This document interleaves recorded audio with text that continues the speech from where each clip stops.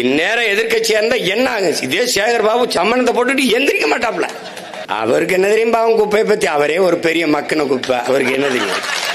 அவருக்கு கோயிலுக்கு போனோமா, தேங்காய் எவ்வளவு இருக்கு, ஊதுபத்தி சாம்பிராணி எவ்வளவு போயிருக்கு, உண்டியல் எவ்வளவு காசு வந்திருக்கு, நம்ம சட்டப்பைக்கு எவ்வளவு வந்துச்சு, நம்ம எஜமா வீட்டுக்கு எவ்வளவு போச்சு. திருச்செந்தூர் முருகன் கோயில்ல காலிவரை கட்டி கொடுக்க முடியல, சிவநாடார் வந்து கட்டி தர வேண்டியது 250 கோடிக்கு. கட்ட வந்தவர்கிட்ட கமிஷன் கட்டி திருப்பி வரட்டா யோக்கியப்பில்ல தானடா நீங்க. அவர் கோயிச்சுட்டு போயிட்டாப்ல. அடா கோயிலுக்கு கக்குசு வழிபட வர மக்களுக்கு கழிவறை கட்டி கொடுக்க வர என்கிட்ட கமிஷன் கேட்குறீங்கன்னு மறுபடியும் கெஞ்சி கெதி கூட்டி வந்தாங்க. போனா போதுன்னு கட்டி கொடுத்தாப்ல. கக்குசுல கமிஷன் அடிக்கிற வகைகள்கிட்ட போய் இவங்க கக்குசு கூட மணக்கும்டா, இவங்க அதை விட கேவலமா நாருவாங்கடா. அவங்க அந்த அறைக்குள்ளே இந்த துப்புரவு பணியாளர்களை விடாதீங்கன்னு போகாதீங்க, அவளே கூட்டி பெருகிட்டோம். உங்களுடன் ஸ்டாலின் எங்களுடன் நிக்க மாட்டார். 10 நாளா போராடிட்டு இருக்காங்க, அவர் நிக்க மாட்டாப்ல. அவர் அறிஞர் சாக்ரட்டிஸ் அனுப்பி விட்டுறாப்ல சேகர் பாபு. அவர் ஏதோ பேசுறாப்ல. நம்ம பொம்பளை பிள்ளை பாவம், அது திட்டவும் மனசு வர மாட்டேங்குது. அது உங்களோட உட்கார்ந்து தேநீர் சாப்பிட்டு டாட்டா காட்டினார், பிரியாணி சாப்பிட்டார், இதை எந்த அதிகாரி செய்தார், எந்த இது பண்ண. நீ முதலமைச்சரை தேர்வு செய்யலடா, சாராய ஆலை அதிபரை தேர்வு நீ உட்கார வச்சிருக்க. மீனவன் 14 பேரை கைது பண்ணிட்டா இடி ரைடு வந்தா ஓடி போற இவர் 40 பாராளுமன்ற உறுப்பினரை வச்சுக்கிட்டு கடிதம் எழுதுறாப்லடா. போஸ்ட் மாஸ்டர் தேர்வு பண்ணி வச்சிருக்கடா நீ. Post master email, internet, Instagram எல்லாம் இருக்கிற காலத்துல கடிதம் எழுதுறாங்களடா. இவங்களை என்னடா பண்ண சொல்றாங்க? இவங்களை வச்சுக்கிட்டு நீ என்னடா பண்ண? என்னடா எங்க ஸ்டாலின் கடிதம் எழுதிட்டாப்ல, நீ என்ன இப்படி பண்ணிட்டு இருக்க? ஈடின்னு போடு, ஓடி வாரேன் மோடின்னு போய் கையை பிடிச்சிருவாப்ல. பிடிச்சு அப்படியே கெஞ்சிருவாப்ல. இந்த ராம்கிங்கிற நிறுவனம் அவன் இந்த குப்பை அல்றவனுக்கு பிறந்தவனா இல்ல ரொம்ப நாளா எங்க சித்தப்பன் பித்தப்பன் சேர்த்து வச்சு விட்டாங்க பிறந்தவனா? நீ யாரா முதல்ல? ஏன்டா குப்பை அல்றது கூட வாடா சம்பாதிக்க நினைப்பிய? கக்குஸ்ல கூட வாடா. குப்பை அல்றதுன்னு இந்த பாட்டு கொஞ்சம் 6 மாசம் கழிச்சு இந்தியில சேன்னு பாடும். நீ மாசமா நீ சிக்கிக்கிட்டு நீ என்ன சொல்றான்னு தெரியாது. எது குப்பைல கூப்பிட்டானா இல்ல என்னன்னு தெரியாம நீ பாட்டு கிடக்க வேண்டியது. ஒரு பாவமா ஒரு முகம் வச்சிருப்பாங்க. அன்னைக்கு மட்டும் என் தங்கச்சி சாலினி சொல்ற மாதிரி மேக்கப் போட மாட்டாங்க. அது சேட் மூடு வேணும்ல, ஒரு sad mood. Clean India boys இங்க வாங்க, எங்க அம்மா அப்பா எல்லாம் அப்படி உட்கார்ந்து தெருவில் கிடக்குறாங்க, இங்க வாங்க. இந்த பாருங்க வருவாங்க, சாக்கில் கொண்டு வருவாங்க, மூட்டை அவங்களே எடுத்துட்டு வருவாங்க. நீங்க எல்லாம் பாருங்களேன், காட்சியை கொண்டு வருவாங்க.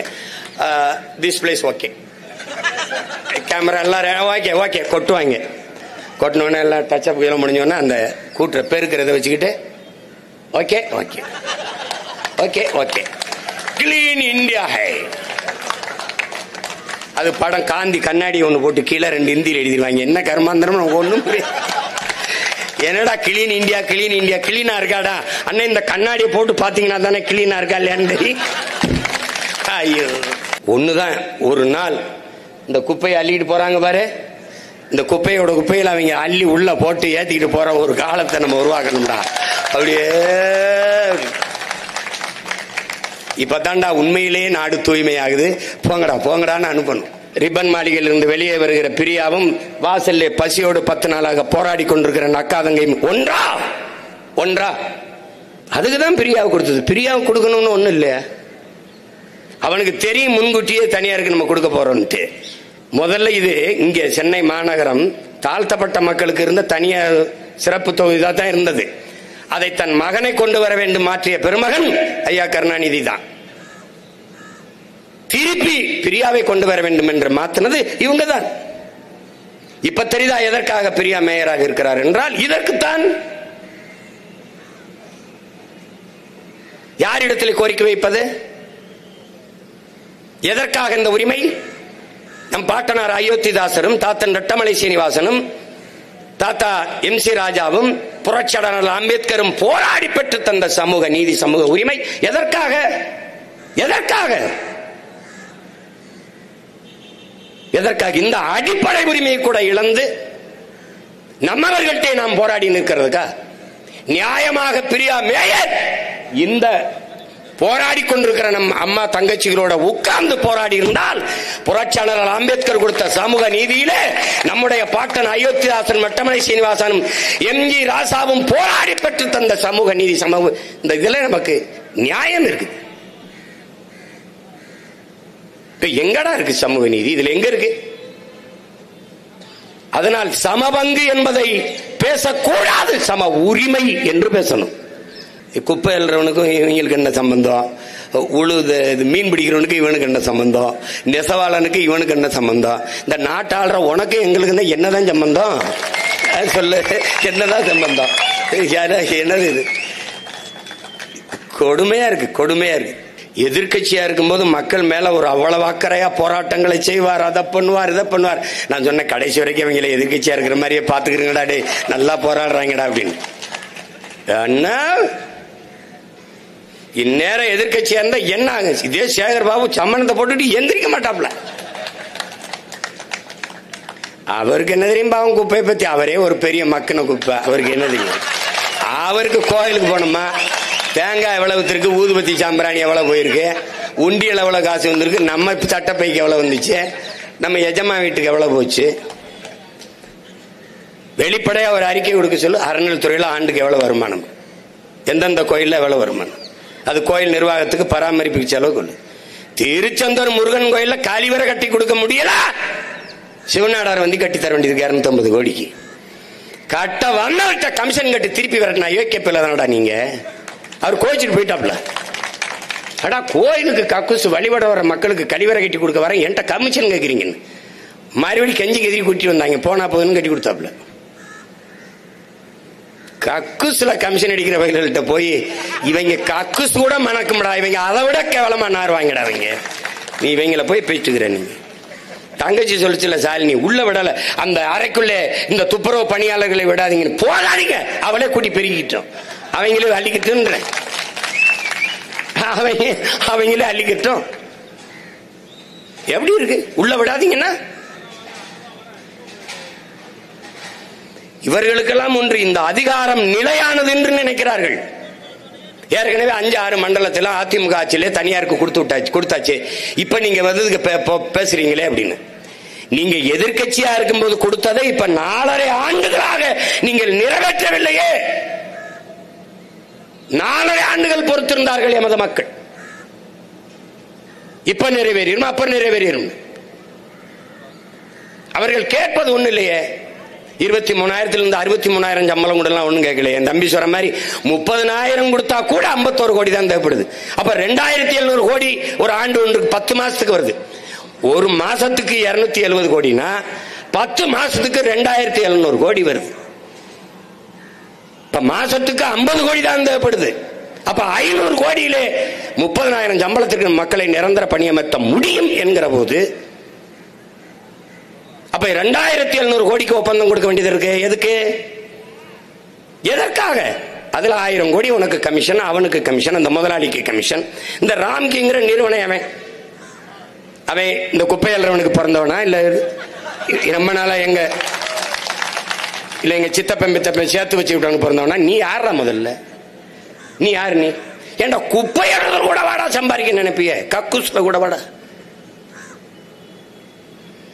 ஐயோ ஐயோ, அதான் நான் சொன்னல, இவங்க இது கவர்மெண்ட் கிடையாதுரா, கமிஷன் மண்டி. இவங்க கமிஷன். நீங்க எல்லாம் நினைச்சுக்கிட்டு இருக்கிறீங்க இவர் நம்ம வந்து முதலமைச்சர்னு சொல்லாத. அந்த முதலமைச்சருங்கிற பேர் இது வந்து அண்ணாதுரைக்கு சொல்லப்பட்டிருக்கு, பெருந்தலைவர் காமராஜருக்கு சொல்லப்பட்டிருக்கு, தாத்தா ஓமந்தூர் ராமசாமிக்கு சொல்லப்பட்டிருக்கு. அவங்க எல்லாம் நேர்மையின் நேர் உருவமா நின்று ஆட்சி செஞ்சிருக்காங்க. அது அந்த மறுபடியும் இந்த முதலமைச்சர்னு சொல்லாத. நீ முதலமைச்சரை தேர்வு செய்யலடா, சாராய ஆலை அதிபரை தேர்வு நீ உட்கார வச்சிருக்க. மீனவன் 14 பேரை கைது பண்ணிட்டா, இடி ரைடு வந்தா ஓடி போற இவர் 40 பாராளுமன்ற உறுப்பினரை வச்சுக்கிட்டு கடிதம் எழுதுறாப்லடா. போஸ்ட் மாஸ்டர் தேர்வு பண்ணி வச்சிருக்கடா நீ. Post master email, internet, Instagram எல்லாம் இருக்கிற காலத்துல கடிதம் எழுதுறாங்களடா. இவங்களை என்னடா பண்ண சொல்றாங்க? இவங்களை வச்சுக்கிட்டு நீ என்னடா பண்ண? கடிதம் அதை படிச்சுட்டு உடனே அந்த சுப்பிரமணியன் சிவசங்கர் பறந்து போயிட்டாப்ல இலங்கைக்கு. என்னடா எங்க ஸ்டாலின் கடிதம் எழுதிட்டாப்ல, நீ என்ன இப்படி பண்ணிட்டு இருக்க? ஈடின்னு போடு, ஓடி வாரேன் மோடின்னு போய் கையை பிடிச்சிருவாப்ல. பிடிச்சு அப்படியே கெஞ்சிருவாப்ல. ஒரு பாவமா ஒரு முகம் வச்சிருப்பாங்க. அன்னைக்கு மட்டும் என் தங்கச்சி சாலினி சொல்ற மாதிரி மேக்கப் போட மாட்டாங்க. அது சேட் மூடு. சேட் மூட் வேணும்ல, ஒரு சேட் மூட். அந்த ஆள் கிளீன் இந்தியா கிளீன் இந்தியான்னு போட்டு அவங்க பண்ண நாடகம் தெரியும்ல. இப்ப அவர் தான் கூட்டி வந்து, வாப்பா கிளீன் இந்தியா பாய்ஸ் இங்க வாங்க, எங்க அம்மா அப்பா எல்லாம் அப்படி உட்காந்து தெருவில் கிடக்குறாங்க, இங்க வாங்க. இந்த பாருங்க வருவாங்க, சாக்கில் கொண்டு வருவாங்க, மூட்டை அவங்களே எடுத்துட்டு வருவாங்க. நீங்க எல்லாம் பாருங்களேன், காட்சியை கொண்டு வருவாங்க. திஸ் பிளேஸ் ஓகே, கேமரா எல்லாம் ஓகே ஓகே கொட்டுவாங்க. கொட்டினோடனே எல்லாம் டச்சப் எல்லாம் முடிஞ்சோடனே அந்த கூட்டுற பெருக்கிறத வச்சுக்கிட்டு okay okay okay okay clean India high. அது படம் காந்தி கண்ணாடி ஒன்று போட்டு கீழே 2 இந்தியில் எழுதிடுவாங்க. என்ன கர்மாந்திரம் நமக்கு ஒன்றும் புரியாது. என்னடா கிளீன் இந்தியா கிளீன் இந்தியா, கிளீனா இருக்காடா அண்ணன், இந்த கண்ணாடியை போட்டு பாத்தீங்கன்னா தானே கிளீனா இருக்கா இல்லையான்னு. ஐயோ, இந்த பயல்களை பார்த்தா அவன் உலகத்திலே அதிகமா குப்பை இருக்கிற நாடு இந்தியா. இந்தியாவின் நிலப்பரப்பு எவ்வளவு பெருசு, அந்த அளவிற்கு கடலுக்குள்ள குப்பை கிடக்கு. மீனின் எண்ணிக்கையை விட உள்ள இருக்கிற பாலித்தீன் பிளாஸ்டிக் எண்ணிக்கை அதிகம். செத்து கரைவுங்கிற ஒரு மீனை அறுத்தா வகுத்துக்கல 40-42 கிலோ பிளாஸ்டிக் பாலித்தீன் இருக்கு. செத்து போற மாடு, செத்து போற யானை எல்லாவற்றையும் வைத்த கீறி பார்த்தா 40-50 கிலோ பிளாஸ்டிக் இருக்கு. எதை பற்றியுமே கவலை கிடையாது இவங்களுக்கு. குப்பை மேலாண்மை என்று தெரியாத குப்பைகள்கிட்ட போய் நீ நாட்டை கொடுத்துட்ட. ஒரு சின்ன நாடு சிங்கப்பூர், தட்டி பாடுறா காணொலியில எப்படி இந்த குப்பையை எப்படி எடுக்கிறான்னு பாடுறா. மக்கும் குப்பை மக்காத குப்பை எப்படி பிரிச்சு எடுக்கிறான்னு பாடுறா. மற்ற நாடுகள்லாம் கொஞ்சம் பாரு, கோடிக்கணக்கான ரூபாய் வருதுடா இந்த குப்பையில இருந்து. லட்சக்கணக்கான கோடியை ஈட்டுறான்டா குப்பையை மறுசுழற்சி பண்ணி. வைத்துக்கிறப்பு 10 நாளாக மக்களை வீதியில் உட்கார்ந்து போராட நிலைக்கு இந்த அதிகாரம் தள்ளி இருக்கும் நினைக்கிறியா நீ? தள்ளி இருக்கும் நினைக்கிற? எவ்வளவோ பணம் இழக்கிறார்கள். இந்த கடற்கரையில் கட்டியிருக்க சமாதிக்கு எவ்வளவு கோடி சொல்லு? குறைஞ்சது 250 கோடி செலவு பண்ணிருப்பாங்கல்ல சமாதிக்கு.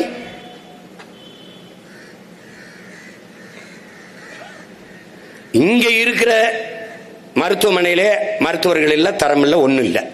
அங்க கூர்நோக்கு தொலைநோக்குன்னு மீனம்பாக்கத்துக்கிட்ட ஒரு 200-300 கோடியை போட்டு ஒரு மருத்துவமனை. இங்க இருக்கிற அண்ணா நூலகத்திலே ஒரு வயல் உட்கார்ந்து படிக்கிறது இல்ல.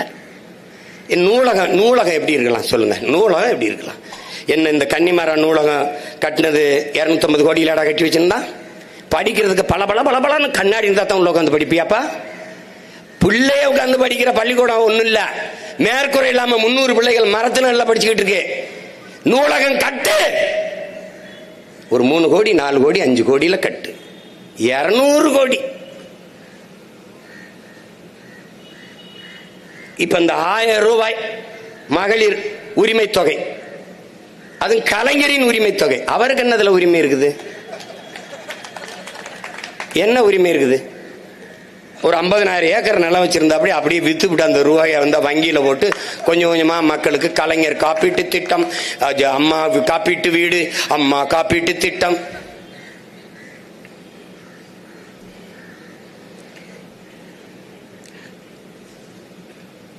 ஒண்ணுதான், ஒரு நாள் இந்த குப்பையை அள்ளிட்டு போறாங்க பாரு, இந்த குப்பையில அவங்க அள்ளி உள்ள போட்டு ஏத்திக்கிட்டு போற ஒரு காலத்தை நம்ம உருவாக்கணும்டா.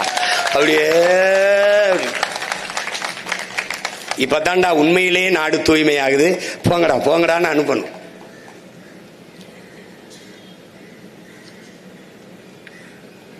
அந்த உரிமை தொகைக்கு எவ்வளவு வருது? 1000 கோடிக்கு மேல. புதுமை பெண் திட்டத்துக்கு 500 கோடிக்கு மேல, 910 கோடியே நம்ம வருது. பிறகு மாணவர்களுக்கு கொடுக்கறதுல தமிழ் மகனுக்கு வந்து 450 கோடியோ 90 கோடியோ வருது. இதுல எல்லாம் மொத்தமா பார்த்தா ஒரு ஆண்டுக்கு 24 கோடி வருது. 24,000 கோடி வருது. 24,000 கோடினா 12,000 கோடி ஒரு ஆண்டுக்கு வருது. அப்ப 2 ஆண்டுக்கு, இந்த 2 ஆண்டுகள்ல 24,000 கோடியை இந்த அரசு இழக்குது. யாரு கேட்டா?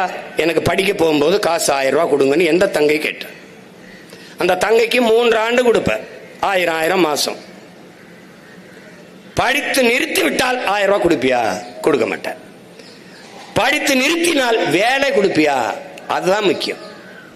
அப்ப படிக்க போகும்போது 1000 ரூபாய் கொடுக்குற, படிச்சு நின்னா வேலை கொடுக்க மாட்டேற. அங்க நிரந்தர வறுமை வருது. இப்ப இதுல இழக்கிற 24,000 கோடி, 2 ஆண்டுக்கு 24,000-25,000 கோடி இழக்கிறியே, இந்த பணத்தை எப்படி ஈட்டுற? ஏற்கனவே 10 லட்சம் கோடி கடனை தொற்றுச்சு இந்த நாடு. முன்னாள் நிதியமைச்சர் ஐயா பிடிஆர் பழனிவேல் தியாகராஜன் சொல்றாரு, போக்குவரத்து துறைக்கும் மின்துறைக்கும் 1 லட்சம் கோடி கடன் இழப்பீடு இருக்குன்னு. ஒரு நாளைக்கு 87 கோடியே அதை வட்டி கட்டுறோம்னு சொல்றாரு.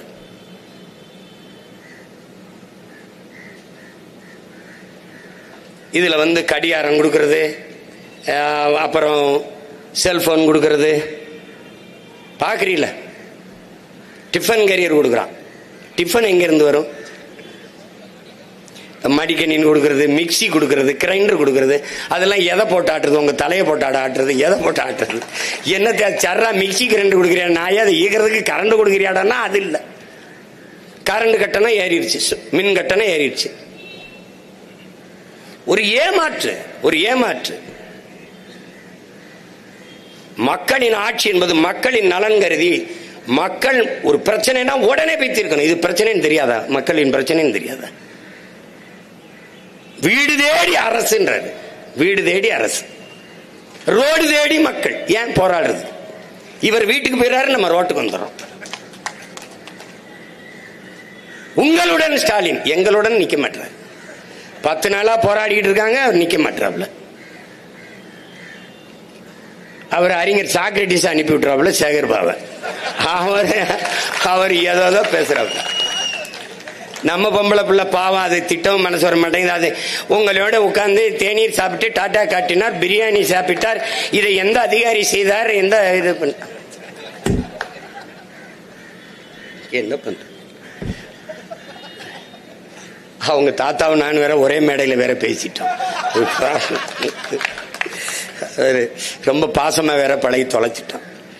என்ன தேவை நடந்துருச்சு இந்த நாட்டில். அங்க போகும்போது எப்படியாவது இந்த பிரச்சனையை சரி பண்ணுங்கிறாங்க. அவன் பாரதி பாவம் போராடி போராடி அந்த உழைக்கும் மக்களுக்கு கூட நின்று ஒரு உழைக்கும் மக்கள் உரிமை இயக்கம்னு ஒன்று வச்சு போராடிட்டு இருக்காப்புல. நமக்குன்னு நிக்கிறதுக்கு தலைமை இல்லாம போயிடுச்சு. தங்கச்சி சாலினி சொன்ன மாதிரி தம்பி ஆம்ஸ்ட்ராங்லாம் இருந்திருந்தா அந்த இடத்துல ஸ்ட்ராங்கா நின்றுப்பான். இப்ப நம்ம இத்தனை அன்னைங்க தம்பி எல்லாம் நின்று இருந்தா கவனிக்காம இருக்க முடியாது. ஆம்ஸ்ட்ராங் கொலை இவங்களுக்கு தெரியாம நடந்துருச்சாடே, யாராவது சொல்லுங்கடா. இவங்களுக்கு தெரியாம நடந்துருச்சுன்னு சொல்றியா? ஆதி குடிகளில் தலைநகருக்குள் அந்த மக்களுக்கென்று வலிமையான தலைமைகள் உருவாக கூடாதுங்கிறதா அவங்களுடைய நோக்கம். இங்க எங்க நம்ம இது இருக்குது? சேப்பாக்கம் முழுமைக்கும் இருந்தது நம்ம தான். இப்ப இருக்கமா? செம்மஞ்சேரி, கண்ணகி நகர், கல்லுக்குட்டை, பெரும்பாக்கத்தில் இருக்கவங்க யார்? ஆதி குடி. இந்த நிலத்திலே, சென்னையிலே, தமிழகத்தின் தலைநகரில் ஆதி தமிழ் குடிகள் இருக்கக்கூடாது என்பது 2 பெரும் திராவிட கட்சிகளின் திட்டம். அவ்வளவரையும் திட்டமிட்டு வெளியேற்றினான். அன்னைக்கு நம்ம அதிகாரமற்ற நிலைமை, நம்ம மட்டும்தான் நின்று மக்களோட போராடணும். முடியல. தூக்கி வாழ்விடத்திலிருந்து வேற இடத்துல தூக்கி வீசி விட்டான். ஒன்னும் பண்ண முடியல. நான் திரும்ப திரும்ப கேட்டேன், இந்த இடத்தை, என் மக்களுடைய வாழ்விடத்தை பறிக்கிறியே, இந்த இடத்தை யாருக்கு கொடுப்பீங்கன்னு கேட்டேன். பதிலே கிடையாது. அது உங்களுக்கு பேச்சு இல்லை, அங்க இருக்கு வீடு, போ சொல்லுங்கன்ட்டான். இப்ப தனியார் மயப்படுத்திட்டாங்க. படுத்தணும்னு என்ன ஆகும்? அவன் சொல்றதான் சம்பளம். இப்ப 23,000 16,000 குறைக்கிறான். முதல்ல இஷ்டம் இருந்தா வேலை செய்யல, வெளியில போன்னு சொல்லுவான். அடுத்தது நம்ம வழியே இல்லைன்னு வேலை செய்யணும். அவன் உடல்நிலை சரியில்லை, ஒரு பிரசவம், ஒரு முடியல, குடும்பத்தில் யாருக்குனாலும் விடுமுறை தரமாட்டான். விடுமுறை எடுத்தால் அந்த சம்பளத்தில் குறைப்பான், பிடிப்பான், சம்பளத்தில் பிடிப்பான். அப்ப வழி இல்லாம என்ன பண்ணுவான்? மீறி நம்ம இப்படி போராட வரும்போது மொத்த பேரையும் பணி நீக்கம் செய்வான். அதுக்கு வேற ஆட்களை பணி நியமனம் செய்வான். அதுக்குதான் ஒப்பந்த கூலியாவே வைத்துக் கொள்றான். பணி நிரந்தரம் செய்து விட்டால் அவனை வெளியேற்ற முடியாது. அப்ப ஒப்பந்த கூலியா? எல்லாருமே ஒப்பந்த கூலிதான். துப்புரவு பணியாளர்கள் மட்டுமல்ல, போக்குவரத்து தொழிலாளர்கள் இருந்து, ஆசிரியர்கள் இருந்து எல்லாருமே ஒப்பந்த கூலிகளாக தான் வைத்திருக்கிறார். நீ கேள்வி கேட்டா அவனை தூக்கிடுவான். இஷ்டம் இருந்தா இல்ல போப்பா. இப்ப என்ன பண்ணுவான்? இந்த மக்களை, ஆதி குடிகள், இந்த மண்ணின் மக்களுக்கு அவர்களை உழைப்பிலிருந்து அப்படி தூரம் முதல்ல நம்மளை உழைப்பிலிருந்து வெளியேற்றினான். நுட்பமா வெளியேற்றினான். அந்த உழைப்பின் தேவை அப்படி இருந்துச்சு. வட இந்தியனை கொண்டாந்து நிறைச்சான். இந்திய திணிச்சேன்னு எதிர்த்த இந்திக்காரனை திணிக்கிறேன்னு திணிச்சான். இப்ப 1.5 கோடி பேர் இருக்கான். இப்ப 6,50,000 பேருக்கு ஓட்டுரிமைன்னு சொல்றான். அப்ப கிட்டத்தட்ட 2 தொகுதி அவன் கைக்கு போகுது. நல்லா கவனிச்சுக்கணும். கொஞ்சம் கொஞ்சமா இந்த நிலத்தின் அதிகாரத்தையும் அரசியலை அவன் கைப்பற்றுவான். இப்ப என்ன பண்ணுவான், நம்மளுடைய மக்களை வெளியேற்றிட்டு பீகாரி, உத்தரப்பிரதேச, குஜராத்தில் இருந்து கூலி கொண்டாந்து இறக்குவான். இதே துப்புரவு பணியில சரியா பாரு, அடுத்த ஆண்டு என் தம்பி துரைசன் பையா இது கியா ஹே என்ன கேட்டான்ல, வேகமா போயிட்டு இருந்த சுங்கத்துல காசை தம்பியை கொடுத்தாங்க, சேஞ்சு நகிகேன்னா நாங்க இந்தி நகிகேன்னு போயிட்டே இருந்துட்டோம். கேஷ் நகிகே. அந்த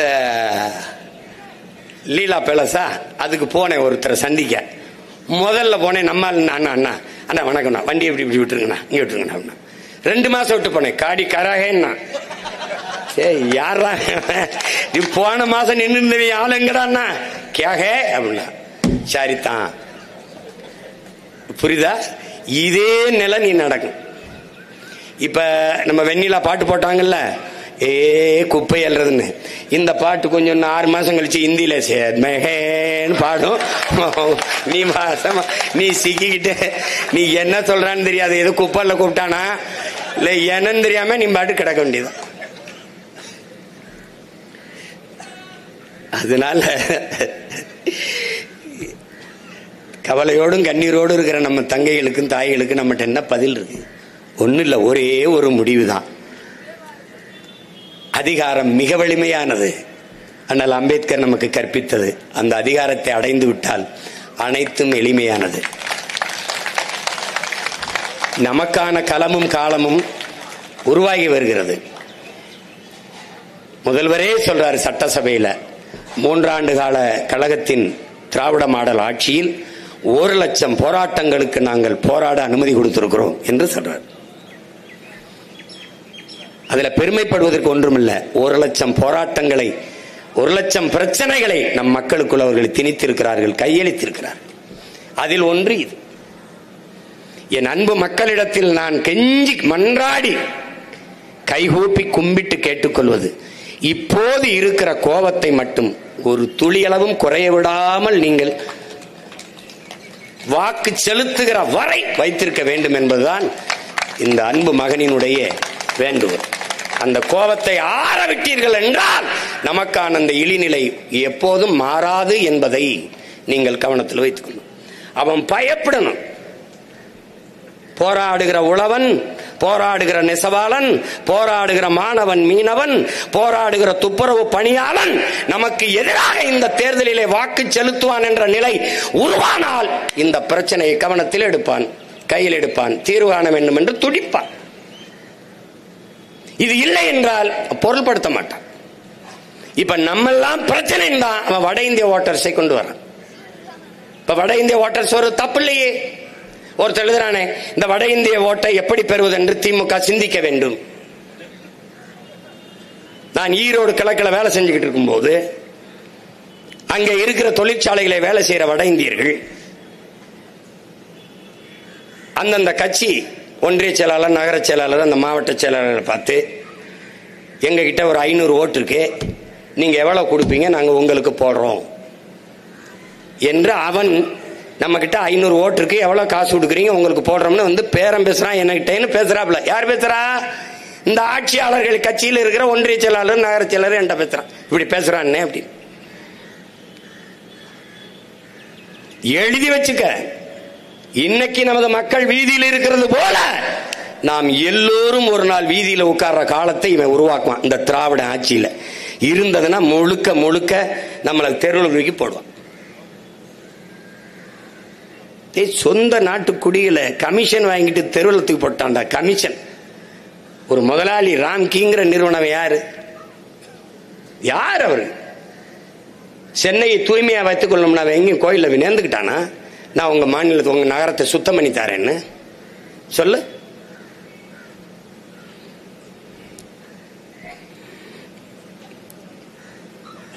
எனவே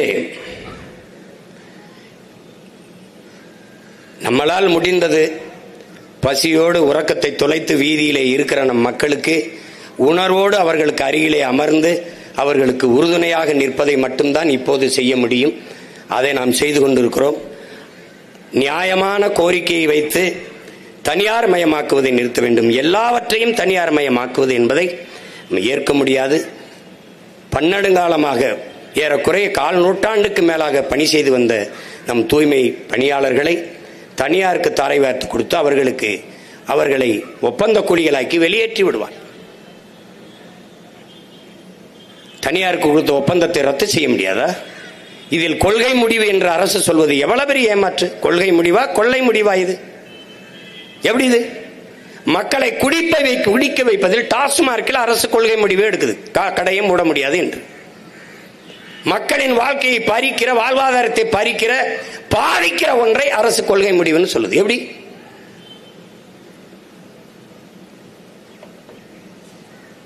ஒரு முதலாளி ஒப்பந்தம் எடுக்கிற ஒரு முதலாளி வாழ இத்தனை ஆயிரக்கணக்கான தொழிலாளர்களின் நலனை குப்பையாக்குகிறது. இதை ஏற்க முடியாது. தொடர்ந்து நாங்கள் எதிர்த்து போராடுவோம். என் மக்கள் களத்தை விட்டு வெளியேறினாலும் இந்த கோரிக்கையை வைத்து நாங்கள் நாம் தமிழர் பிள்ளைகள் தொடர்ந்து களத்திலே நிற்போம். நீங்கள் இந்த தனியார் ஒப்பந்தத்தை ரத்து செய்த மக்களுக்கு பணி நிரந்தரம் கொடுத்து செய்யவில்லை என்றால் ஒரு நாள் தமிழ் தேசிய அரசு, நாம் தமிழர் அரசு மலரும்.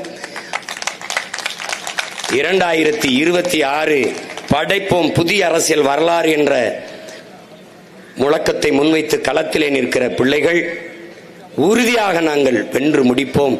அன்றைய மக்களின் துயர் துடைப்போம், கண்ணீர் துடைப்போம். இந்த உறுதியை பசியோடு போராடி கொண்டிருக்கிற எனது அன்பு சொந்தங்களுக்கு இந்த மகன் கொடுக்கிறேன். அரசு இந்த கோரிக்கையை ஏற்கவில்லை என்றால் மீண்டும் மீண்டும் களத்திற்கு வந்து மக்களோடு நின்று கோரிக்கை நிறைவேறும் வரை போராடுவோம் என்கிற உறுதியை அளிக்கிறேன். நன்றி, வணக்கம். நாம் தமிழர்.